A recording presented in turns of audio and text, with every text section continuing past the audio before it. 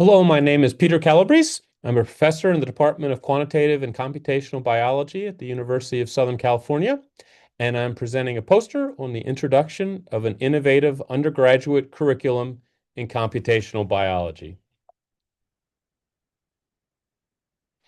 In 2017, the University of Southern California started a new undergraduate major in quantitative biology. We call it QBio. This major combines training in biology and data science to prepare students for 21st century biology and medicine. And starting with a cohort of only 8 students 8 years ago, we currently have 125 students, and more than 100 students have graduated. So a little bit about our students. 43% of QBio students are women. 17% are the first in their family to attend college. Some enter college with extensive computer programming experience, while others have never coded before. If the major did not exist, roughly a half would major in biological sciences and half would major in engineering.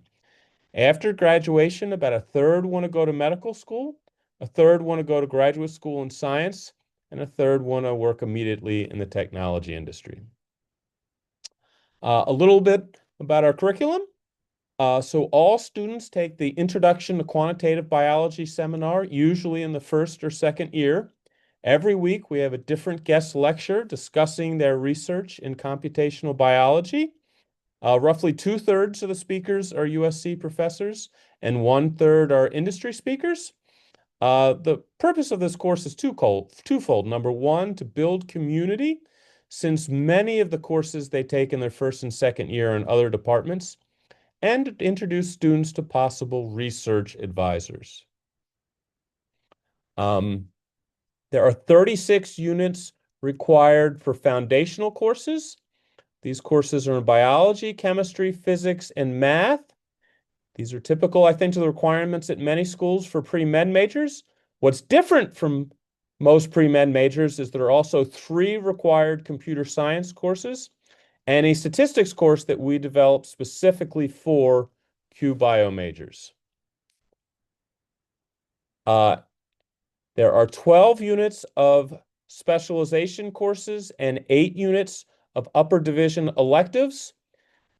These courses are chosen from a wide variety of courses in biology, chemistry, physics, math, computer science, and QBio. Next, there are 8 units in what we call our QBio capstone courses.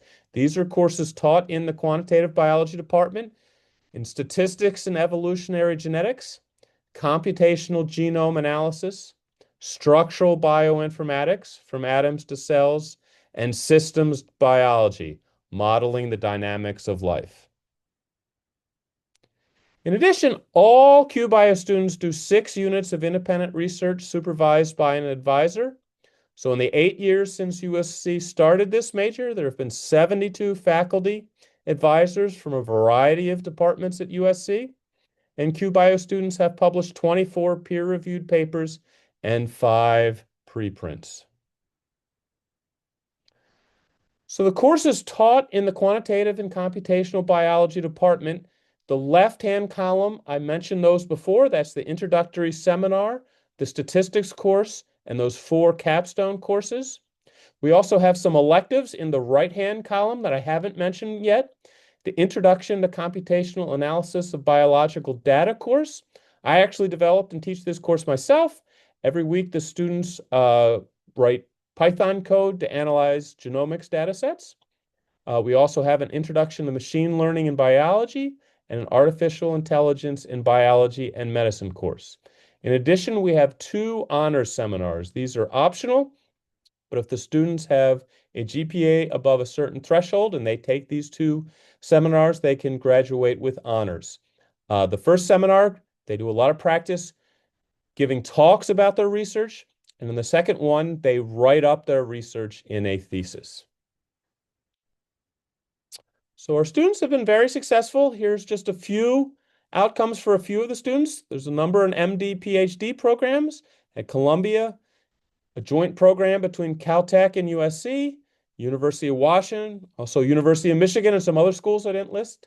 For medical schools, we have students at Johns Hopkins at Harvard, a number at the USC Keck School of Medicine and other medical schools. For PhD programs, Stanford University, University of California at San Francisco, University of California at Los Angeles, University of California at Santa Cruz. And again, this is just a small subset. And for industry, McKinsey, Roivant Sciences, and a number of other places as well. In terms of the challenges in the future, starting and growing a new major is a challenge. I don't have to convince this audience, but we do have to explain to a lot of new students and parents what we mean by quantitative biology. I would say in terms of growing the major, frankly, the QBio students talking to their friends have been the best thing. We anticipate as the major continues to grow, we might have difficulty finding research advisors for all of the students. Also, a number of students have expressed an interest in adding some business courses to the QBio major, so maybe in the future we'll have an optional business track. So again, my name's Peter Calabrese. I've put my picture and my email here. I'm a professor in the Department of Quantitative and Computational Biology at the University of Southern California. I'm happy to talk to anybody at the poster session or at any other time during the meeting. And again, want to give credit to the USC Dornsife College of Letters, Arts, and Sciences. Thank you very much.